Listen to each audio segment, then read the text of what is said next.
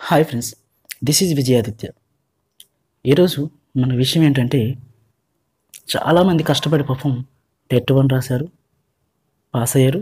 కొంతమంది ఫెయిల్ అయ్యారు. టెట్ 2 రాశారు, ఫెయిల్ అయిన వాళ్ళు కూడా పాస్ అయ్యారు. ఓకే, అంతా బాగానే ఉంది. డిఎస్సి రాశారు, అంతా బాగానే ఉంది. ఆన్లైన్ ఎగ్జామ్స్ రాశారు, అంతా బాగానే ఉండి పోస్టులు లేవు, అయినా సరే రాశారు. కానీ ఇక్కడ ఆన్లైన్ ఎగ్జామ్స్ వచ్చేసరికి ఒకరోజు ఒకలాగా పెట్టడం వల్ల చాలామంది చాలా సఫర్ అయ్యారు. అంటే చదవని వాళ్ళు చదివిన వాళ్ళకి ఒకే మార్కులు రావడం అనేది ఒక చిన్న విషయం అనేది బయటకు వచ్చింది. సో ఇది నివారించాలంటే నార్మలైజేషన్ అనే ప్రక్రియను మనం ప్రవేశపెట్టాలి అని చెప్పి ఈరోజు మనకి పేపర్లో మాకు న్యాయం చేయండి, నార్మలైజేషన్ని ప్రవేశపెట్టండి అని చెప్పి ఒక ఆర్టికల్ ఇచ్చారు. ఒకటి గుర్తుపెట్టుకోండి ఫ్రెండ్స్, నీకు నార్మలైజేషన్ చేసి న్యాయం చేయాలి అంటే మీకు ముందే చేయాలి. ఇప్పుడెందుకు చేస్తారు? మీకు నిజంగా న్యాయం జరగాలంటే టెట్ 1 పెట్టినప్పుడే అందులో ఫిల్టర్ చేసి ఎగ్జామ్ పెట్టాలి, లేదా టెట్ 2 పెట్టిన తర్వాత అందులో మార్క్స్ చూసుకొని పెట్టాలి. లేదనుకుంటే పోనీ అందరికీ ఛాన్స్ ఇచ్చారు, అది అంతా బాగానే ఉంది, అది మంచి విషయమే.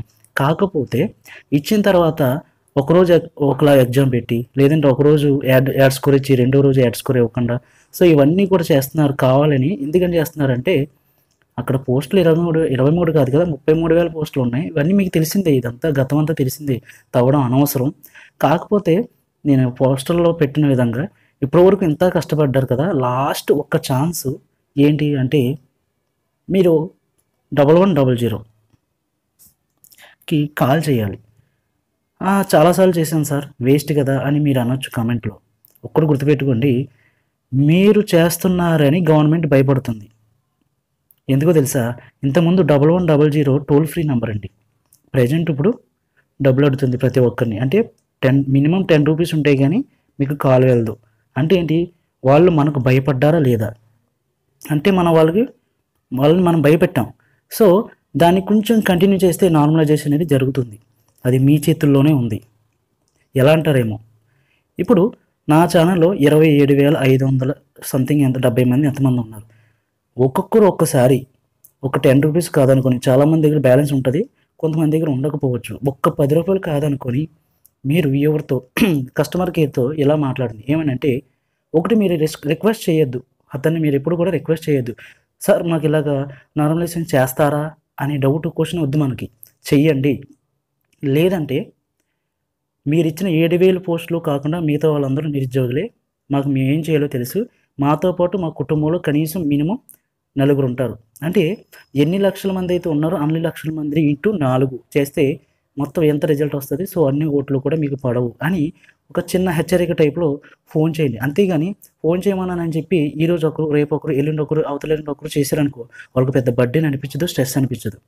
మీరు ఎప్పుడైతే ఒక 10 రూపీస్ వేసుకుని ముందడుగు వేసి అందరూ ఒకేసారి చేశారో, వాళ్ళకి ఏంటంటే వచ్చే ప్రతి కాల్ కూడా డిఎస్సి కోసం అయి ఉండాలి, వచ్చే ప్రతి కాల్ కూడా నార్మలైజేషన్ పెట్టాలి అనే ఉద్దేశంతోనే అయి ఉండాలి.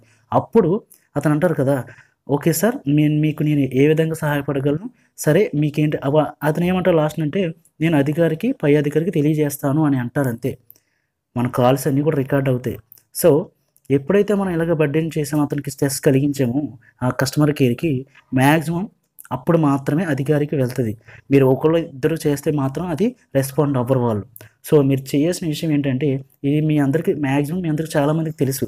కానీ ఈ నార్మలైజేషన్ అనే ప్రక్రియ అనేది మీరు ఎంత కష్టపడింది తర్వాత కూడా మీకు ఇప్పుడు ప్రజెంట్ మీరు చేయాల్సిన పని ఇది ఒక్కటేనండి, ఇంకేది మీకు మిగిలిలేదు. ఎందుకంటే మీరు టెట్ 1 రాశారు, టెట్ 2 పెట్టినప్పుడు మీరు ఏమన్నా ఆల్రెడీ టెట్ 1 ఎందుకు పెట్టారు, ఇది ఎందుకు క్యాన్సిల్ చేయని అడగలేదు, అడిగినా మీ మాట వినలేదు. డిఎస్సి పెట్టారు, పోస్టులు తగ్గించారు, అప్పుడు అడిగాం కానీ మనకి రిప్లై లేదు. కనీసం ఏదైనా సీరియస్గా చేద్దాం, కొంతమందికైనా న్యాయం జరుగుతుంది, చదివే వాళ్ళకైనా న్యాయం జరుగుతుంది అనే ఉద్దేశంతో నేను ఈ వీడియో చేస్తున్నాను. దయచేసి అందరూ కూడా నార్మలైజేషన్ కోసం 1100కి కాల్ చేయండి. ఒక 10 రూపీస్ వేసుకొని మీరు కాల్ చేసి టైం కాదనుకొని చేయండి. మ్యాక్సిమం మీ అందరికీ కూడా న్యాయం జరుగుతుంది.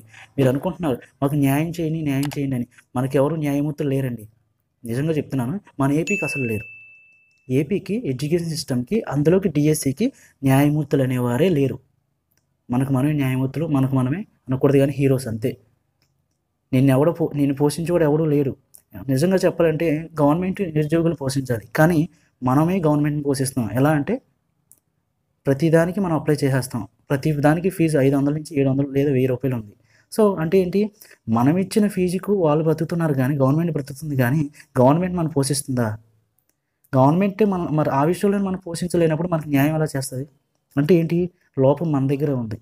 సో మనం ఏం చేయాలంటే ఈ నార్మలైజేషన్ ప్రక్రియ కావాలి, న్యాయం చేయండి అని ఆర్టికల్‌లో చెప్పడం కాదు కానండి, డైరెక్ట్‌గా కాల్ చేయండి చాలు. 1100కి కాల్ చేయండి. ఒక్క రూ. 10 కాదనుకుంటే ఒకేసారి చేయండి అందరూ కూడా. దయచేసి నేను ఇది మీకోసం చేస్తున్నాను. ఎందుకంటే నేను ఇంతకుముందు మళ్ళీ 1 మంత్ బ్యాకే చేసిన వీడియో మళ్ళా చేయలేదు. నేను రోజు వ్యూస్ కోసం చేసే టైప్ అయితే నేను ఈ మాట చెప్పను. డైలీ చెప్పొచ్చు కదా! ఇవాళ ఎందుకు చెప్తున్నాను? సో ఈరోజు నేను ఆర్టికల్ చూసాను కాబట్టి వీళ్ళు ఎలా చేస్తే కరెక్ట్ కాదు. వీళ్ళు ఏదో చేయాలనే ఉద్దేశంతో మీకు ఈ విధంగా చేస్తే న్యాయం జరుగుతుంది. అంతేనండి. కాకపోతే మీరేదో న్యాయం చేయాలని చెప్పి ఫ్రంట్ పేజ్‌లో ఏసినంత మాత్రాన వాళ్ళేం స్పందించరు. మీరు భయపెట్టాలి వాళ్ళని. ఎందుకంటే ప్రెజెంట్ అవసరం ఇప్పుడు వాళ్ళకి మన అవసరం ఉంది. మన ఓట్లు కావాలి. అంటే నేను ఇప్పుడు సపోజ్ నేను డీఎస్సీ రాశానంటే నా ఓటే కాకుండా నా మీద ఆధారపడిన వాళ్ళ ఓట్లు కూడా పడవు అని వాళ్ళకి ఖచ్చితంగా తెలియజేయగలగాలి మన కాల్‌తో. సో అది మన ఎయిమ్ అండి.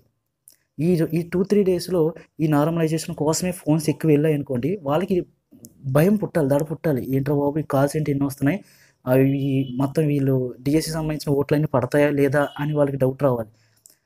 ఆయన అనుకుంటున్నారు చీఫ్ గారు ఏమనంటే, నిరుద్యోగ భృతి ఇస్తున్నాం కదా! జాబ్ రాకపోయినా దాంతో సంతృప్తి పడుతున్నారని. ఎక్కడ? ఇప్పుడు రూ. 1000 ఎక్కడ? 28,000 ఎక్కడ? ఇప్పుడు ఆ నిరుద్యోగ భృతి ఇచ్చే బదులు, ఆ డబ్బు అలా వేస్ట్ చేసే బదులు జాబ్ ఇవ్వచ్చు కదా! సో, అన్నీ మాట్లాడుకోవాలంటే రోజులు పడతాయి. కాకపోతే మన టాపిక్ ఏంటంటే, గ్యారంటీగా మీరు చేస్తారని ఆశిస్తున్నాను. కనీసం కొత్త వాళ్ళేమో నాకు తెలీదు గానీ, నేను తెలిసిన వాళ్ళు ఎవరైతే ఉన్నారో నా మీద నమ్ముకున్న వాళ్ళందరూ ఈ పని చేయండి. మీకే న్యాయం జరుగుద్ది. నాకు వ్యూస్ వస్తాయనో, నాకు న్యాయం జరుగుతదని నేను అనట్లా. మీకే న్యాయం జరగాలంటే ఈ పని ఖచ్చితంగా చేయండి. ఇప్పుడే చేయండి. ఇప్పుడే మొదలుపెట్టండి. ఓకేనా friends? Thank you. Good luck.